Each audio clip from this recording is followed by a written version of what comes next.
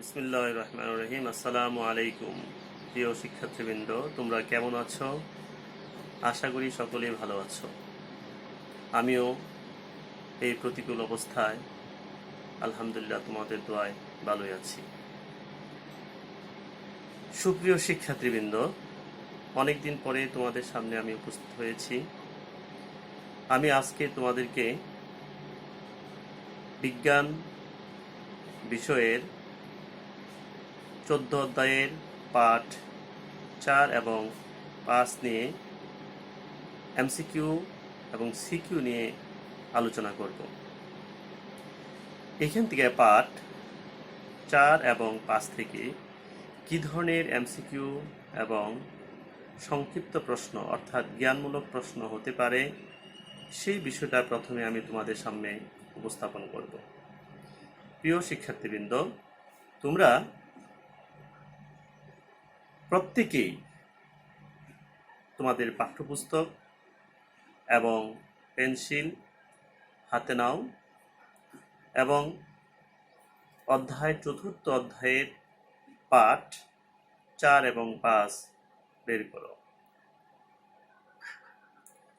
তোমাদেরকে বলা হয়েছিল আগেই যে তোমরা সব সময় যখন যে বিষয়টা পড়ানো হবে সেই বিষয়ের বইটা সামনে রাখবে, সাথে কলম খাতা সামনে রাখবে।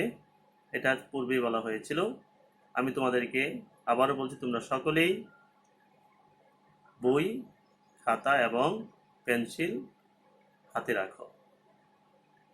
সুপ্রিয় শিক্ষার্থীবৃন্দ, তাহলে আমরা চলে যাই আমাদের পাঠে। সকলে বইটা খুলেছো আশা করি। দেখো, পাঠ 4-এ পরিবেশের কার্বন এবং অক্সিজেনের ভারসাম্য। আমি কিভাবে এখানে এমসিকিউ প্রশ্ন হবে সেটা তোমাদেরকে আমি বলেছি, তোমরা বইয়ে দাগে নিতে পারো অথবা খাতায় লিখে নিতে পারো। প্রথম দেখো, প্রশ্নটা আছে, বায়ুমণ্ডলে অক্সিজেন এবং কার্বন ডাই অক্সাইড গ্যাসের পরিমাণে একটা ভারসাম্য বজায় থাকে। প্রথমেই আছে আমাদের। তাই দেখেন এখান থেকে কিভাবে প্রশ্নটা হবে, এমসিকিউ প্রশ্ন কিভাবে হবে, যে বায়ুমণ্ডলে কি কি গ্যাস ভারসাম্য অবস্থায় থাকে, একটা প্রশ্ন হবে এমসিকিউ। তোমাদের উত্তরটা হচ্ছে অক্সিজেন এবং কার্বন ডাই অক্সাইড গ্যাস। সবাইকে বুঝতে পেরেছ? আরেকটা প্রশ্ন, জীবনের জন্য কোন দুটি গ্যাস অত্যন্ত আবশ্যক? জীবনের জন্য কোন দুটি গ্যাস অত্যন্ত আবশ্যক? এই প্রশ্নের উত্তরটা হচ্ছে একই রকম উত্তর, সেটা হলো অক্সিজেন এবং কার্বন ডাই অক্সাইড। তোমরা অপর পেজে যাও। দেখো, এখানে একটা গাছ, তারপর হচ্ছে মানুষ, তারপর হচ্ছে গরু এবং একটা কারখানা দেওয়া আছে এবং একটা সূর্য দেওয়া আছে, তাই না? আচ্ছা, তৃতীয় যে এমসিকিউ কোশ্চেনটা হবে সেটা তোমরা লক্ষ্য করো। সকল জীবদেহ গঠনের জন্য কি প্রয়োজন? তোমরা প্রথমে দেখো আছে সকল জীবদেহ গঠনের জন্য কার্বন দরকার। তাহলে উত্তরটা কি হবে? কার্বন দরকার। প্রত্যেকটা জীবদেহ গঠনের জন্য আমাদের কি প্রয়োজন? কার্বন প্রয়োজন। তাহলে আরেকটা প্রশ্ন এখানে হতে পারে, দেখো পরের লাইনেই সেটা হতে পারে যে কার্বন কোত্থেকে আসে? এই যে কার্বন, আমাদের জীবদেহের জন্য কার্বন প্রয়োজন, এই কার্বনটা কোত্থেকে আসে? উত্তরটা হলো যে বায়ুমণ্ডলের কার্বন ডাই অক্সাইড থেকে কার্বনটা আসে। সবাইকে বুঝতে পেরেছ? আচ্ছা, তারপরে প্রশ্ন দেখো, এমসিকিউ আরেকটা এমসিকিউ হতে পারে যে উদ্ভিদ কোন প্রক্রিয়ায় গ্লুকোজ তৈরি করে? উদ্ভিদ কোন প্রক্রিয়ায় গ্লুকোজ তৈরি করে? তুমি জানো যে উদ্ভিদ সালোক সংশ্লেষণ প্রক্রিয়ায় গ্লুকোজ তৈরি করে। আরেকটা প্রশ্ন এই লাইনে হতে পারে যে উদ্ভিদ সালোক সংশ্লেষণ প্রক্রিয়ায় কি কি তৈরি করে? উত্তরটা হবে উদ্ভিদ সালোক সংশ্লেষণ প্রক্রিয়ায় অক্সিজেন এবং গ্লুকোজ তৈরি করে। ক্লিয়ার? সবাই বুঝতে পেরেছ? এইভাবে এমসিকিউ প্রশ্নগুলো হবে। তাহলে গ্লুকোজটা কোথায়, আবার একটা প্রশ্ন হতে পারে, এমসিকিউ প্রশ্ন হতে পারে, গ্লুকোজটা কোথায় তৈরি হয়?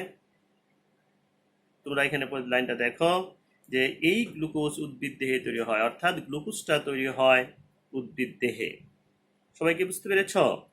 আচ্ছা, তৃতীয় যে দেখো আরেকটা কি আমাদের এমসি, পরের লাইনে যাই আমরা। উদ্ভিদ ও প্রাণী দেহের কার্বন 3 ভাবে বায়ুমণ্ডলে ফিরে আসে।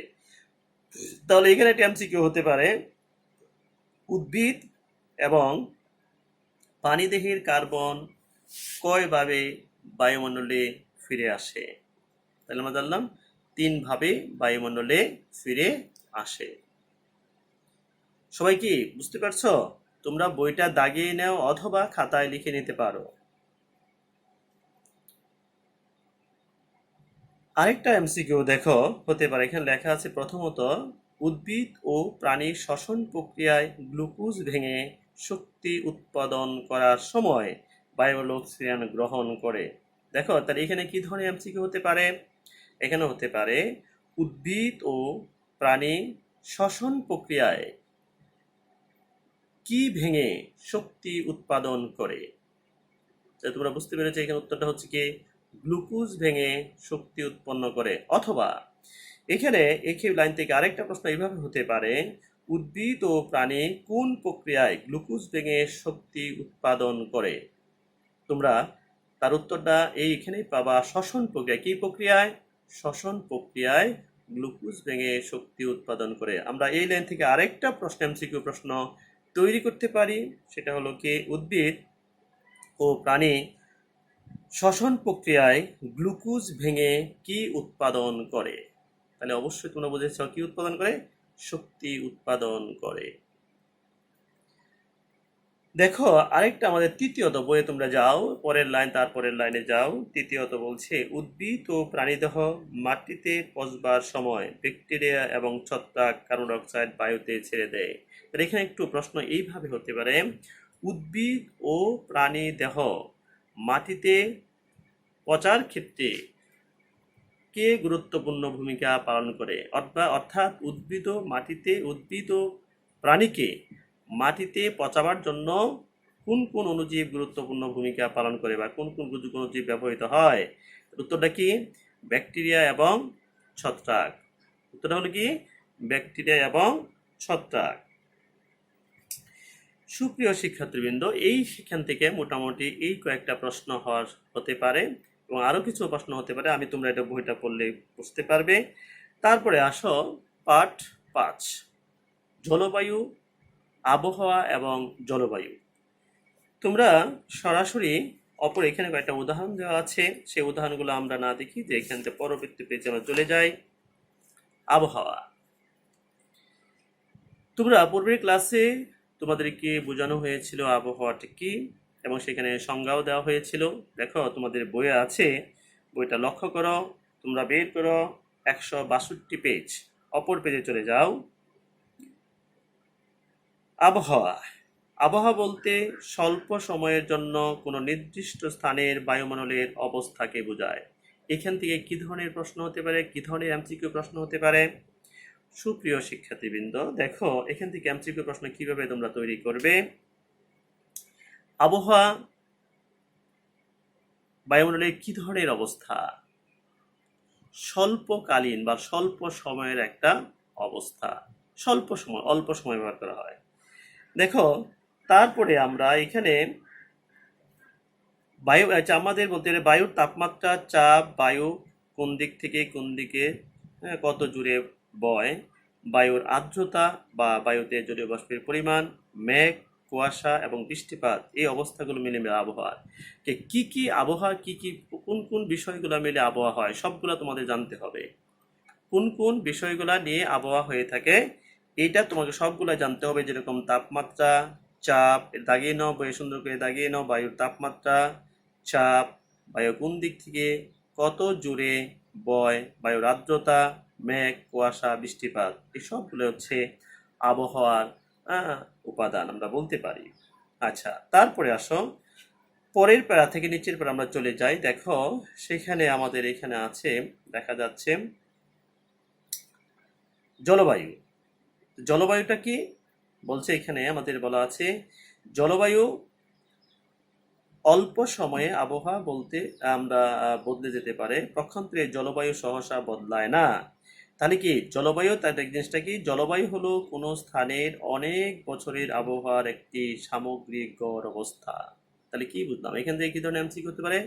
এমসিকিউ হতে পারে জলবায়ু দেখো কি ধরনের অবস্থা, জলবায়ু বায়ুমণ্ডলের কি ধরনের অবস্থা, সামগ্রিক অবস্থা। ওটা ছিল কি, আবহাওয়াটা ছিল কি সাময়িক অবস্থা, আর জলবায়ুটা হচ্ছে কি সামগ্রিক অবস্থা।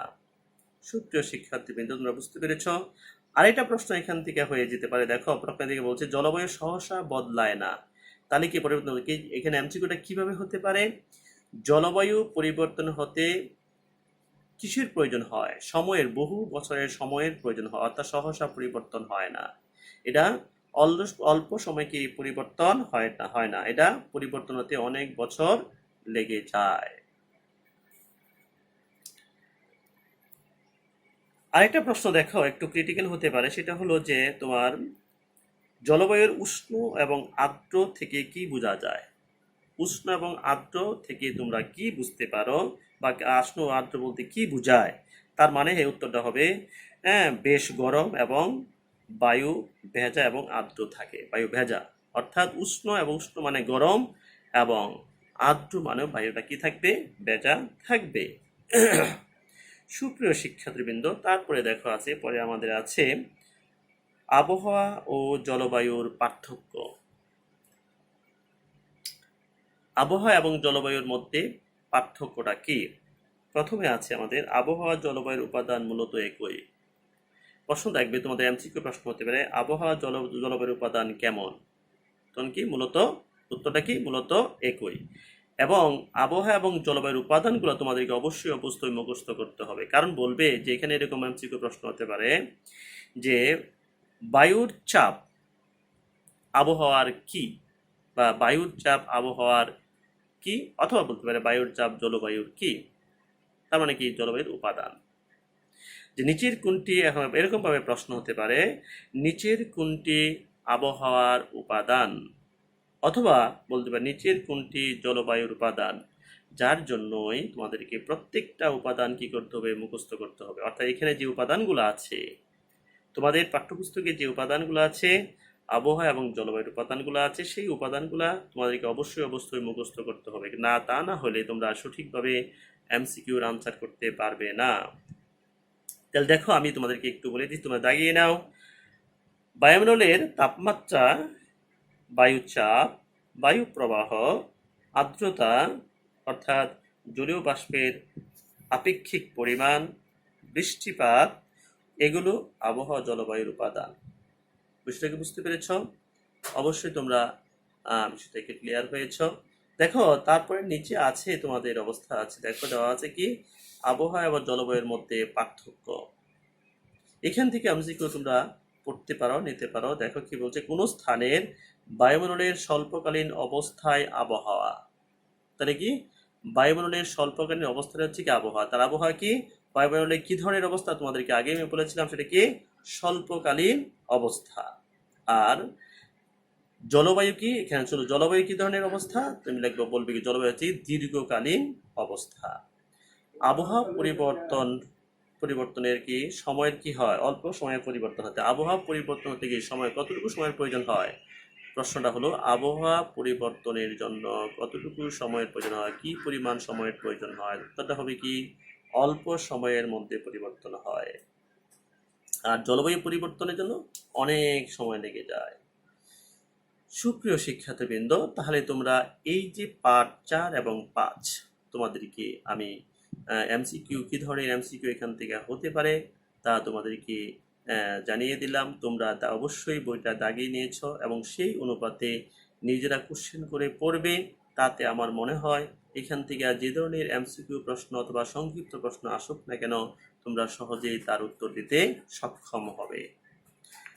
সুপ্রিয় শিক্ষার্থীবৃন্দ, এখন গেল আমাদের কি এমসিকিউ কিভাবে প্রশ্ন হবে এই পার্ট থেকে, সেটা আমি তোমাদেরকে জানিয়ে এলাম। এখন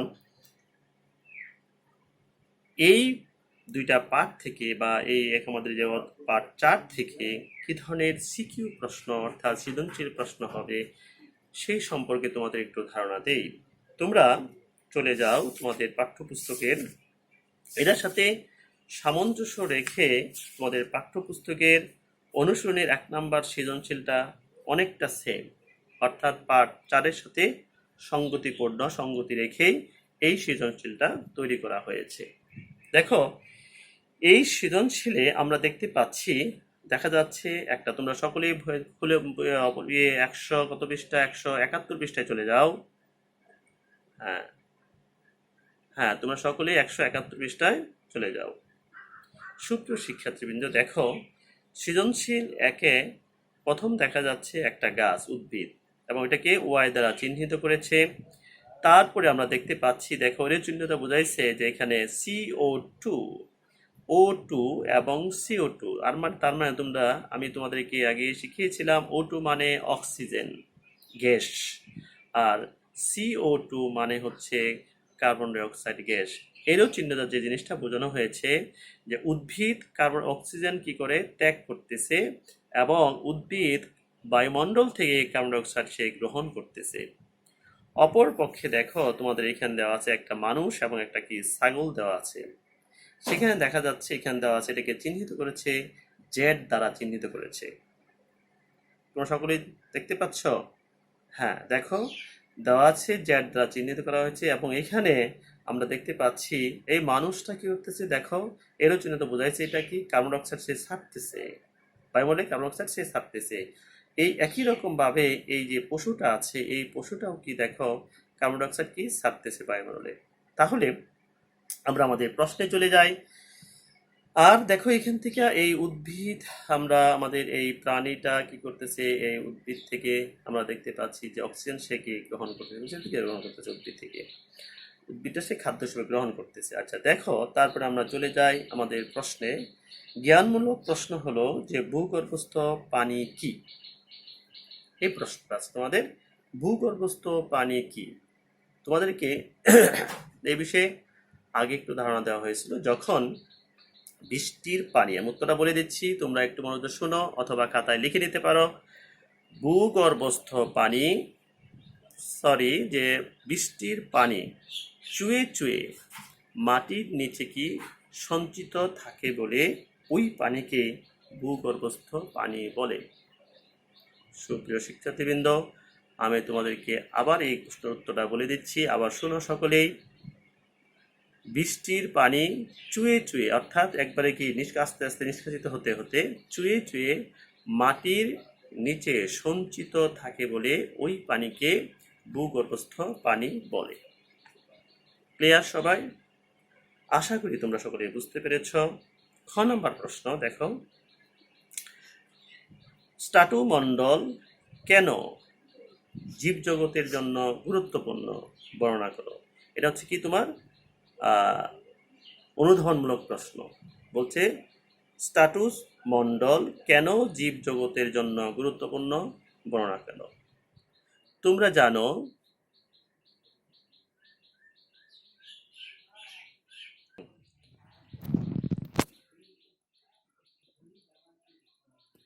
সুপ্রিয় শিক্ষার্থীবৃন্দ, দেখো যে খ নাম্বার যে প্রশ্নটা আছে সেই প্রশ্নটা হলো স্ট্র্যাটোস মণ্ডল কেন জীবজগতের জন্য গুরুত্বপূর্ণ। তোমরা জানো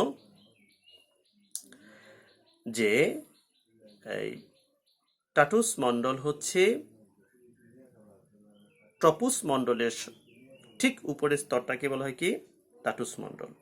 অর্থাৎ ট্রপোস, তোমরা কি উত্তরটা কিভাবে করবে, যে ট্রপো মণ্ডলের ঠিক উপরের স্তরটাকে বলা হয় কি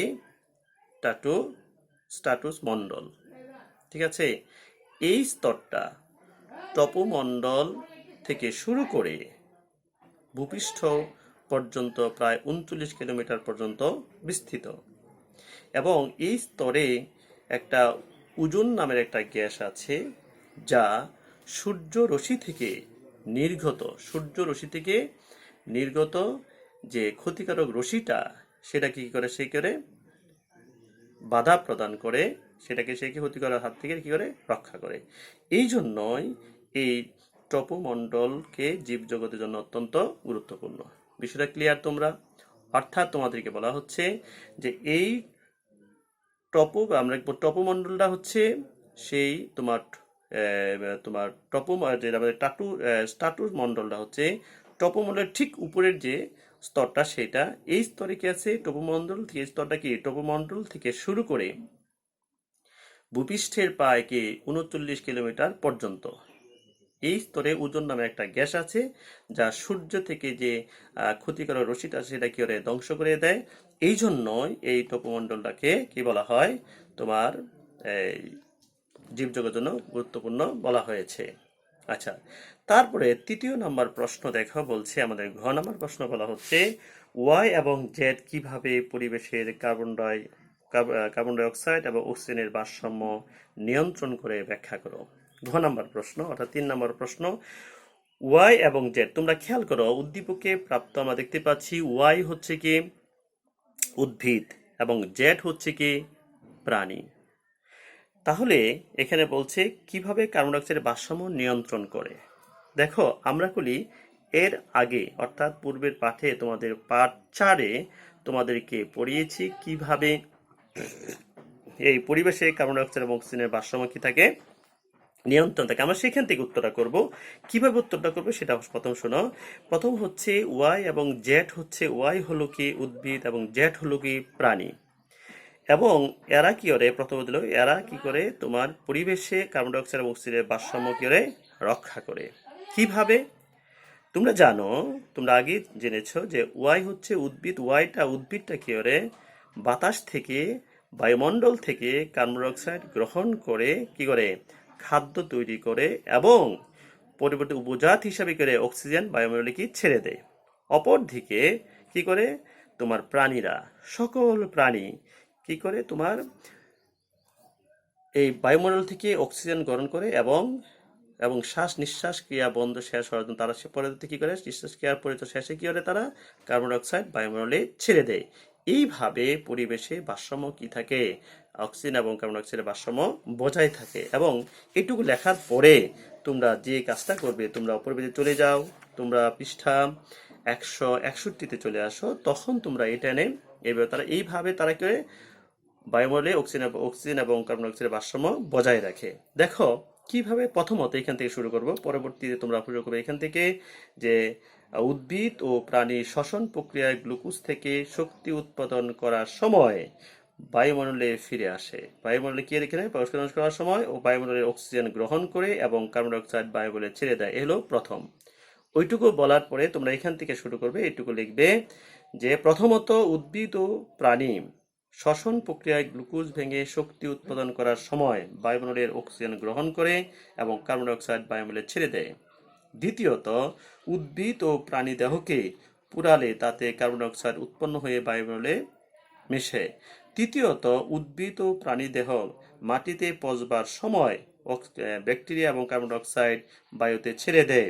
তাহলে দেখা গেল বায়ুমণ্ডল থেকে উদ্ভিদ কার্বন ডাই অক্সাইড গ্রহণ করে গ্লুকোজ তৈরির মাধ্যমে উদ্ভিদ ও প্রাণীদেহে কার্বন সঞ্চয় করে। উদ্ভিদ ও প্রাণীদেহে কার্বন 3ভাবে বায়ুমণ্ডলে কার্বন ডাই অক্সাইডের হিসেবে কি করে ফিরে আসে। এইভাবে পরিবেশে কার্বন ডাই অক্সাইড এবং কি অক্সিজেনের ভারসাম্য বজায় থাকে। এই পর্যন্ত লিখলেই তোমাদের উত্তরটা কমপ্লিট হয়ে যাবে, তোমরা পুরা মার্কস পাবে। তারপরে দেখো আমরা চলে যাই আমাদের 4 নম্বর প্রশ্নে।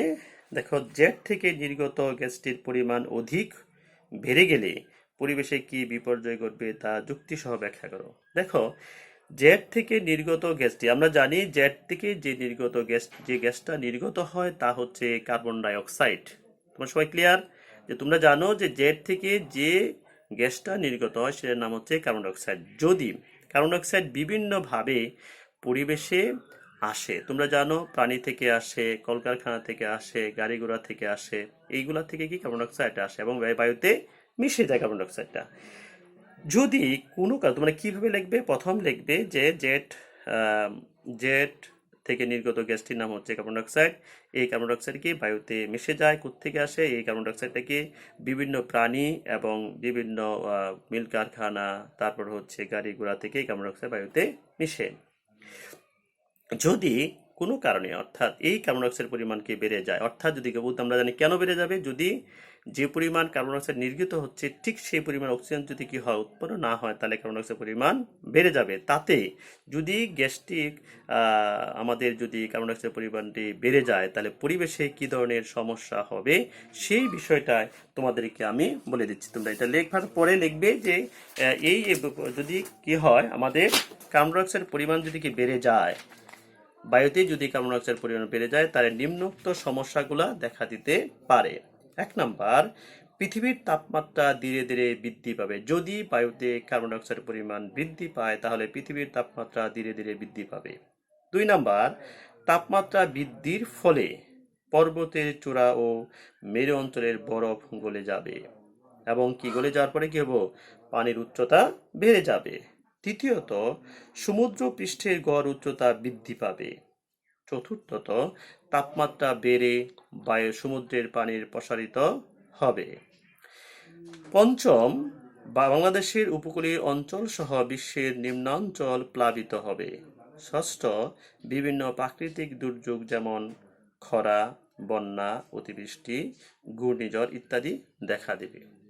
তাহলে তোমরা জানলা, যদি পরিবেশে এই জেড চিহ্নিত অংশ অর্থাৎ কার্বন ডাইঅক্সাইডের পরিমাণ বৃদ্ধি পায়, তাহলে পৃথিবী বা পরিবেশে কি কি সমস্যার সম্মুখীন হবে সেই বিষয়গুলো আমরা জানতে পারলাম। আমরা এইভাবে উত্তরগুলো আমরা খাতায় লিখব। যদি আমি এইভাবে লিখি, তাহলে আমরা পরিপূর্ণ নম্বর পাব। সুপ্রিয় শিক্ষার্থীবৃন্দ, তাহলে আমরা আমাদের এখানে আমরা সৃজনশীল কথা আলোচনা করলাম। আমাদের আলোচনা সব আমরা আশা করি সকলেই তোমরা বুঝতে পেরেছ। সবাই ভালো থাকো, সুস্থ থাকো এবং নিরাপদে থাকো, এই কামনায় আল্লাহ হাফেজ। আসসালামু আলাইকুম।